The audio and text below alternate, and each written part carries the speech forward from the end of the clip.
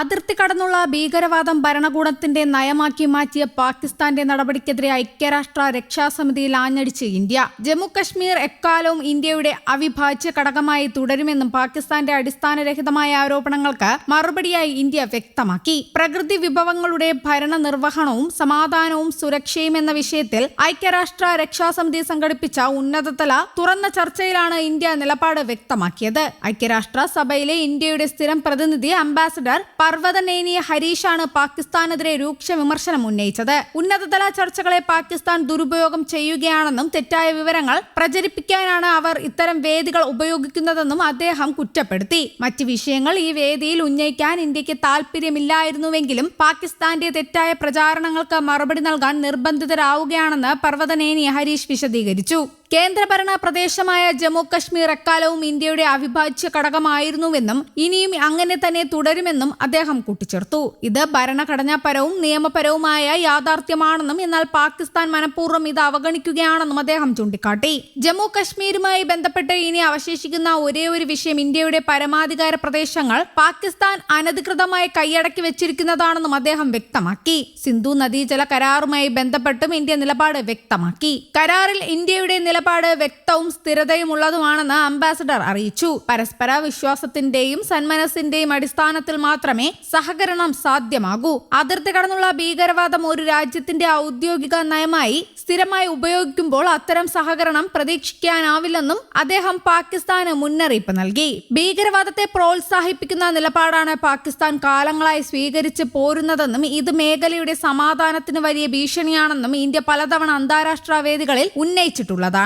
മറ്റ് രാജ്യങ്ങളെ കുറ്റപ്പെടുത്തുന്നതിന് മുൻപ് പാകിസ്ഥാൻ സ്വന്തം ആഭ്യന്തര പ്രശ്നങ്ങൾ പരിഹരിക്കാൻ തയ്യാറാകണമെന്ന് പർവതനേനി ഹരീഷ് ആവശ്യപ്പെട്ടു. ഇന്ത്യക്ക് നേരെ വിരൽ ചൂണ്ടുന്നതിന് പകരം സ്വന്തം രാജ്യത്തെ ജനങ്ങളുടെ ക്ഷേമത്തിനായി പ്രവർത്തിക്കുന്നതാണ് പാകിസ്ഥാന് കൂടുതൽ നല്ലതെന്നും അദ്ദേഹം ഉപദേശിച്ചു.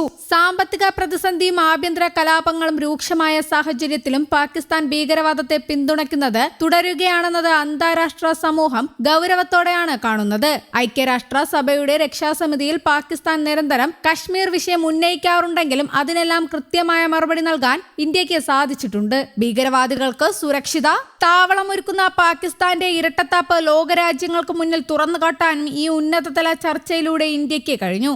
അതേസമയം കടുത്ത സാമ്പത്തിക പ്രതിസന്ധിയിലൂടെ കടന്നു പോകുന്ന പാകിസ്ഥാൻ രാജ്യത്തിന്റെ വിദേശ നാണ്യ ശേഖരത്തിന് കരുത്തേകുന്നതിനും സാമ്പത്തിക സ്ഥിരത കൈവരിക്കുന്നതിനുമായി അമേരിക്കയോട് $1000 കോടി അടിയന്തര എക്സ്ചേഞ്ച് സ്റ്റെബിലൈസേഷൻ സഹായം ആവശ്യപ്പെട്ടതായാണ് റിപ്പോർട്ട്. ഇറാൻ യുദ്ധത്തിൽ മധ്യസ്ഥത വഹിച്ചതിലൂടെ അമേരിക്കയുമായുള്ള നയതന്ത്ര ബന്ധം ശക്തമാക്കിയ സാഹചര്യത്തിലാണ് പാകിസ്ഥാൻ ഈ നീക്കം നടത്തിയിരിക്കുന്നത്.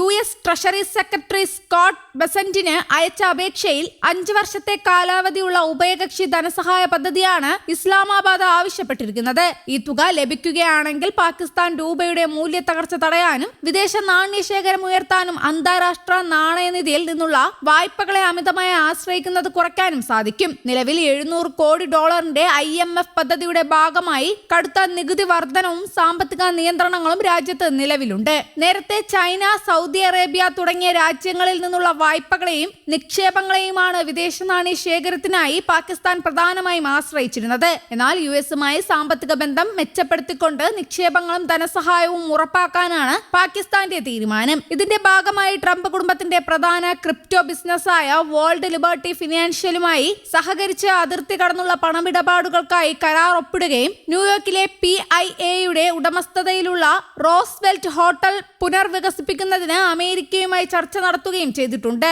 News desk, Kerala Kaumudi.